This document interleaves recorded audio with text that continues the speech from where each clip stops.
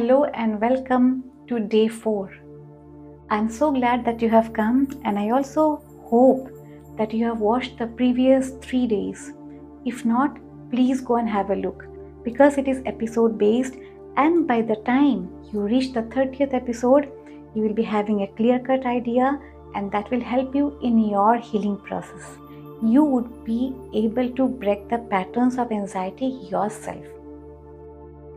Up till now, we have understood what is stress, how it shows up in the body, what causes stress, how is state related to stress, and how we can take small steps to help us. Because by the end of it, we will be knowing many techniques, but as we go, I thought I'll be sharing some tips so that your next 30 days are more beautiful than ever. So that you have some kind of help for these 30 days also. Today, we shall learn about the conscious and the subconscious mind and how it is directly related to stress. In addition to this, we shall also learn how stress affects the conscious and the subconscious mind. This will need a little of your focus. It is not just theory, you will have to relate it to your life as to where you are getting triggered. So here we go. Let us understand what is conscious and what is subconscious mind. Subconscious can also be referred as the unconscious.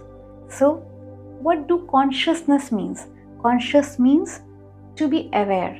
When you were doing things with the awareness as to what you were doing, that is the action of the conscious mind. As of now, you are sitting and listening to me. You are hearing me, seeing me. As you were sitting comfortably in your office or home, listening to what I've got to say, watching me speak, learning the subject, it is your subconscious mind. It is your conscious mind at work because you know what you are doing. But beneath this layer, there is another layer which controls a lot of other activities, including your thought. It controls your heartbeat, it controls your breathing patterns, it controls your digestion, it controls the way you feel. You might be feeling very happy today. You might be feeling really excited to meet me, or you might be feeling a little dull than the usual days. You don't know why this is happening. This is your subconscious mind at work or unconscious mind at work. Things you are not aware of directly. These two have to correlate to make our lives beautiful because we perceive from the subconscious mind. That's the first layer. Based on our perception, we think. Based on what we think, we act. And based on our actions, we get the results. Results define our life.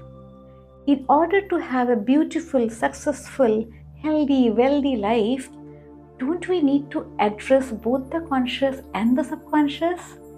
And we can address only if we have a vivid understanding about how it is working inside of us. Our conscious mind is only 5% and the subconscious is 95%. People who have achieved heights have tapped into the resource of the unconscious or the subconscious. NLP is one such beautiful subject which helps you rewire everything in your unconscious mind so that your ultimate results are beautiful. I'll give you an example. Suppose you have a plan to go and meet somebody who stays beyond the city limits. It could be your office work. You are going to meet the head of a company and the company is situated on the outskirts. That's a very common scenario in India or probably in all the countries.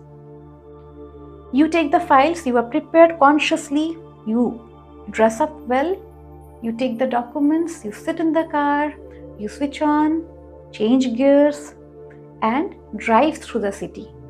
Your conscious mind is perfectly working and you were moving ahead. A time comes when you cross the city limits. You reach the highway which is broad. There are no much traffic, very few cars here and there. You can relax. That time you decide to switch on your music system. You can see a series of trees, mayflowers say. You start enjoying the visuals. That is the time when your conscious mind starts relaxing because you are safe. Subconscious mind takes over because you have been driving for quite some time now. It has sinked deep into you. You don't need to focus. Okay, this is my driving wheel, and this is the gear. Okay, this is where 2 is, 3 is. That's what you don't have to do. You start enjoying the music and you drive past.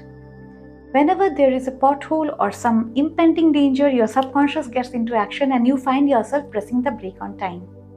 That's how it works. You have seen musicians playing the piano. They just do it flawlessly. Probably they close their eyes and enjoy the music, but not a single time you will find that the finger is pressing the wrong reed. Why? He's not even seeing the reeds, right?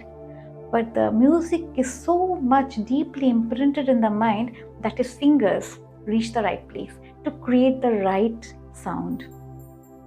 That is how your mind works in tandem with each other. This topic is about stress. So I was just trying to give you a brief understanding of the conscious and the unconscious, and now I'll let you know how stress is affecting your conscious and subconscious mind. This is something I have touched in my previous videos as well. You can go and refer. Suppose a child is stressed out. What happens? He reaches the exam hall and he is unable to remember everything. The conscious mind is shut. That's one effect of stress. What are the other effects? Lack of focus. Probably the child will start vomiting. Probably he might collapse. He might faint in the class. As soon as he comes out, he remembers everything. He regrets not able to remember when he was sitting there.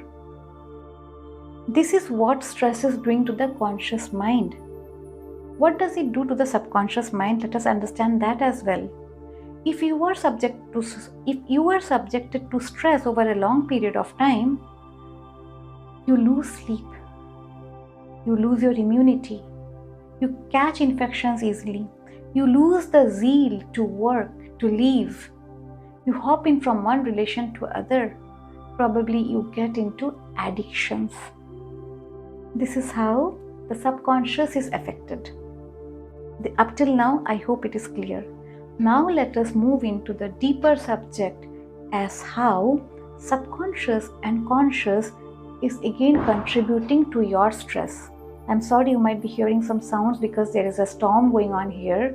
Please excuse me for this. You will understand the consequences of the conscious and the subconscious mind to your stress. As I said, this series is about understanding stress, what is contributing to it, how stress is affecting your life, and finally how we mitigate this.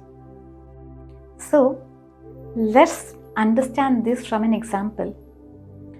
Let's do it first from the conscious level. I am supposed to meet somebody, and that person is not a very positive person. I am not looking forward to the meeting, but I have to go and meet him. He is bossy, he is a narcissist, he is this, he is that. I am aware of the impending uncomfortable situation.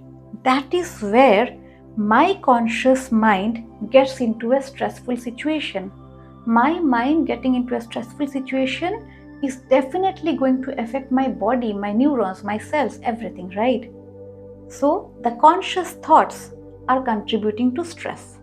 Now let us discuss scenario number 2. Suppose I am planning to meet my childhood friend. We never had any quarrel, no past painful memories. He is a good person at heart. We have been talking over the phone for almost a decade or 2 decades now, and today I am going to meet him face to face. But unfortunately, I have programmed my mind in a negative way with some negative talk, negative beliefs. See, the subconscious mind is at work now. The situation is not a perceived threat or danger, but my subconscious is giving me negative output. I get up in the morning and I remember, oh my God, today Rajesh is coming. I have to go and meet him. I don't like this. I don't know why he has to meet me. I don't know why these people show so much of interest in socializing. See, how I am taking a positive situation to a negative one, creating stress in my body and mind. Who is being affected? Me, right? So, stress is such a negative thing which we are creating, and because we create stress, it affects us. Once we understand this from the depth of our heart, using our full intellect, we would be careful from the morning. When we get up, use some positive self talks. I'm going to have a great day. You are programming the subconscious. So, even if there is a real danger, the person is bossy, narcissist, you can always think, I am safe, I am protected, and may God bless him.